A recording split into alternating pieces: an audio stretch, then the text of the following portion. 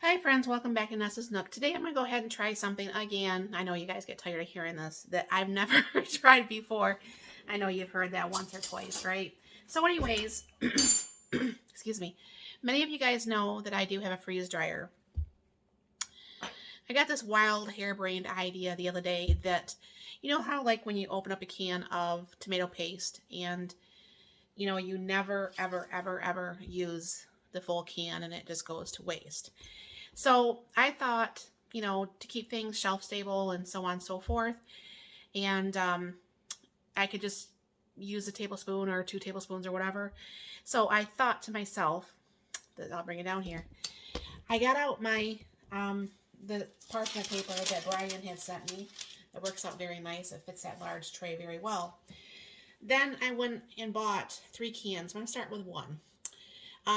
3 cans of the tomato paste. And what I want to do is to do a tablespoon in each block and freeze dry it, and then, come back and just go ahead and just put it in a jar. So I'm going to go ahead and take a blob of it. So it's going to be almost kind of like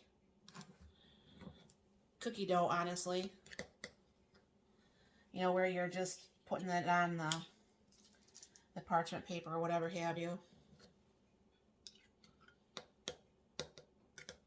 I guess I should have probably just got a knife. Well, let me get a knife. That's a little bit messier than what I wanted to do here. That works much better, doesn't it? I still take it out with, oh, you can't even see anything I'm doing here. I'll take that still off with the spoon. But I'm thinking I have room for 3 trays because I already have stuff going in the other 2 trays. So I thought the 3 trays could be each 1 can of the tomato paste. Because, like I said, how many times are you making a recipe and it calls for a can, even if you buy the small can, how many times are you calling for a can or a tablespoon, and then you end up thinking, okay, well, I'll figure out something to use that tomato sauce or tomato paste with, and that never happens. At least not to me, it doesn't. So I thought this would be a good way to actually have this shelf stable, and hopefully this actually works very well. I don't see why it wouldn't. I know not everybody uses a lot of tomato paste. I don't even use a lot of tomato paste. But, I might as well try things while I can with a